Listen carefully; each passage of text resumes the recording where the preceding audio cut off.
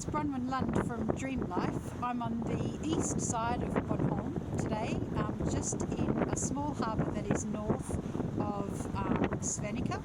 And I'm going to walk from Svanike down to a small hamlet, I guess you'd call it, which is called Gleeson.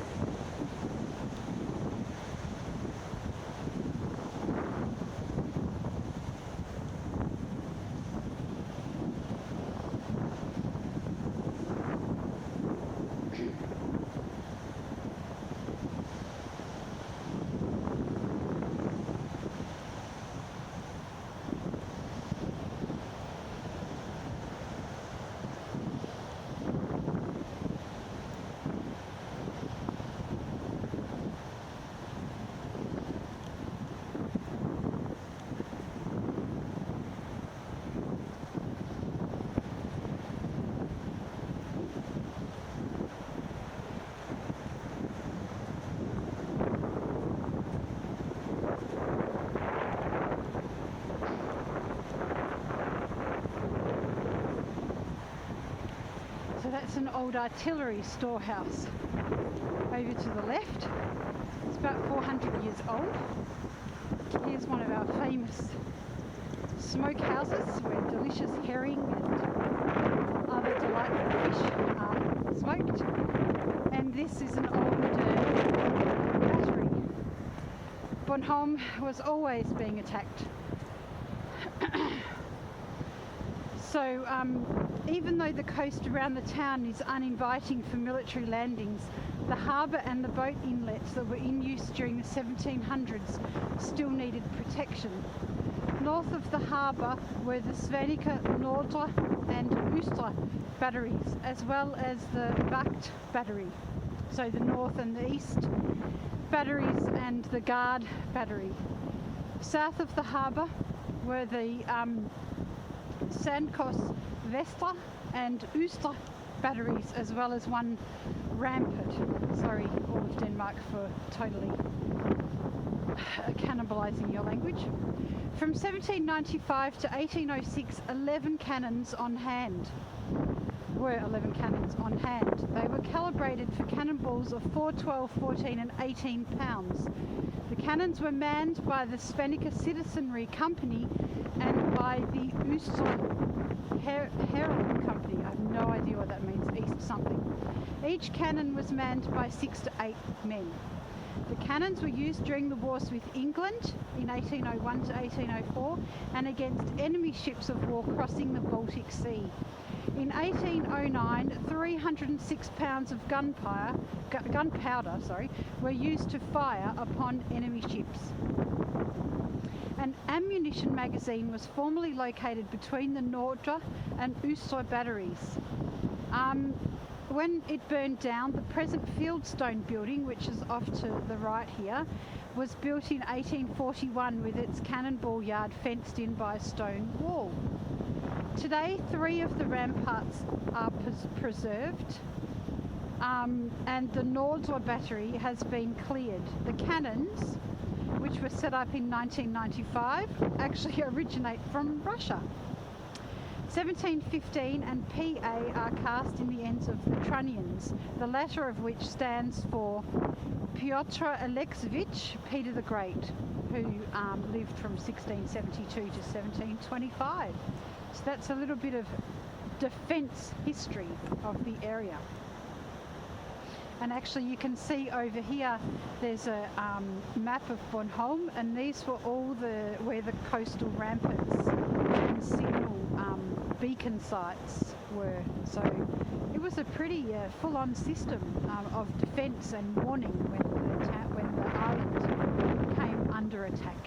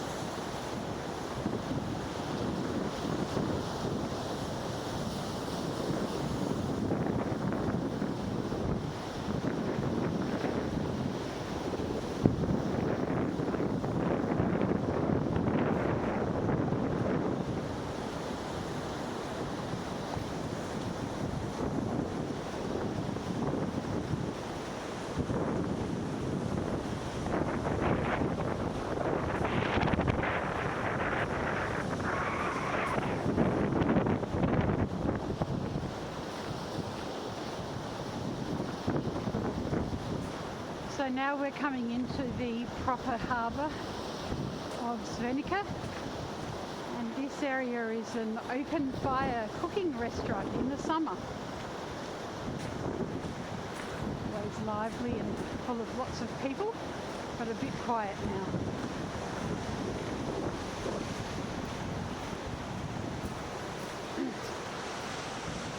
Just walked back past the skeleton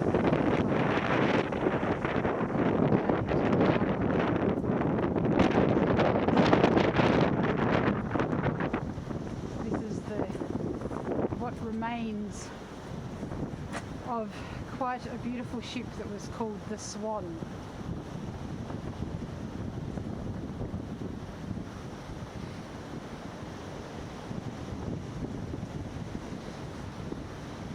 It was the largest and most beautiful ship that was ever built in Svanica. It was big enough to cross the Atlantic, and it was big enough to bring coffee, around Brazil and return to Europe. So it did some pretty long trips.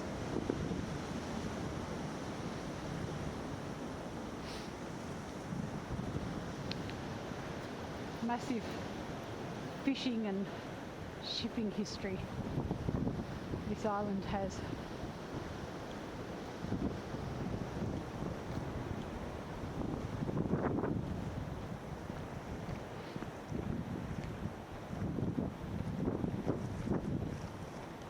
I've actually decided to take a bit of a detour from the coast, and I'm going to walk up into the town because it's really a lovely town, Svanica.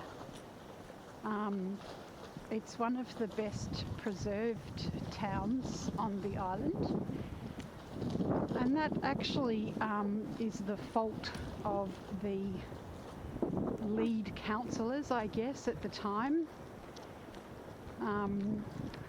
Just over 100 years ago, when Bornholm was building its railway, and the town leaders of Svanica wanted to protect their sea trade, so they actually refused to pay for the segment of track that would bring the train to Svanica. And actually the Nexu town councillors, where I live now, had the same opinion. But when they found out that the railway was actually coming all the way across the island, and it was going to stop in a town called Belka, which is only 4 kilometres south of Nexu, the Nexu town councillors decided that they would pay for that last 4 kilometres of track after all. But Svanica held fast. So they built the railway, and of course the towns that were on the path, they started to build new and different houses because they had the money to do it. Whereas Svanica became a bit of a backwater and wasn't as busy as the other towns. But what it has actually meant is that it is a beautifully preserved town of how the towns of Bornholm looked before the railway came along. So sometimes it's not a bad thing to not progress.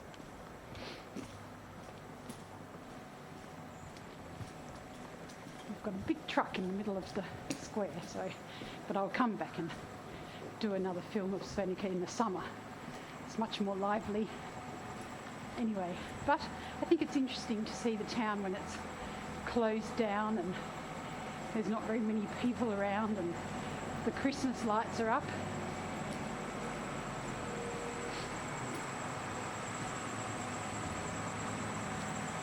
So this is Svanica Town Square in its midwinter closure period.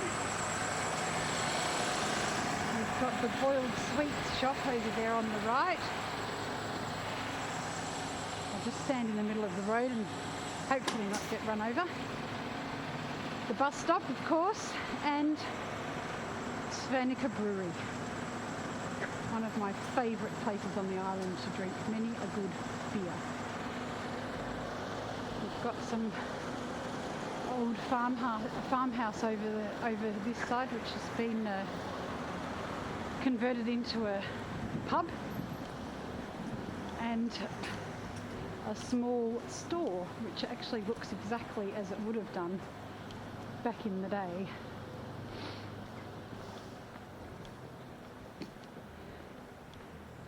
And a pub called Melvig. Really nice places to hang out. Svanica is a great town for hanging out. It's a great little town, and the houses are just really something quite special, I think.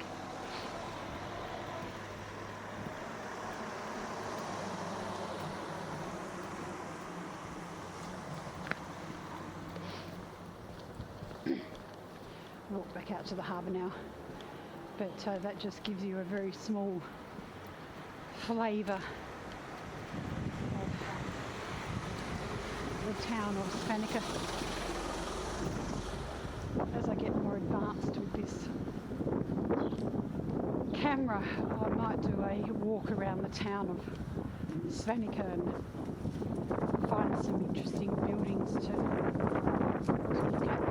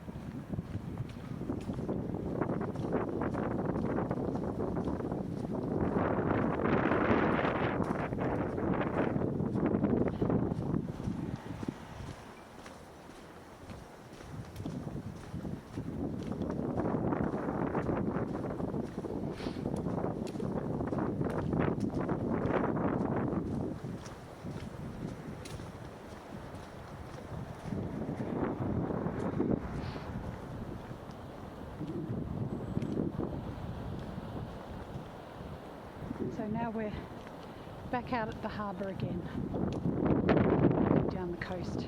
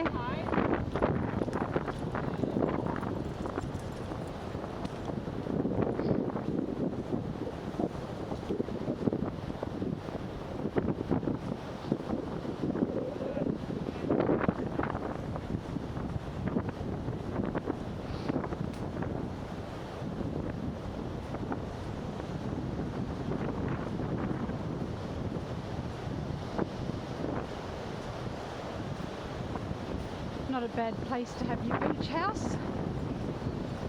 Looking out over the crashing waves and back towards the town.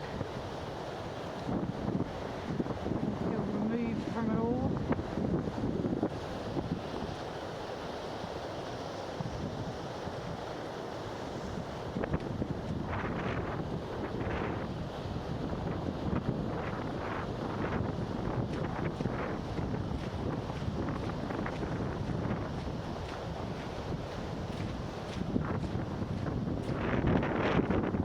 Now the lighthouse up here has actually been renovated into holiday accommodation, and it's pretty cool, so it can actually be hired out.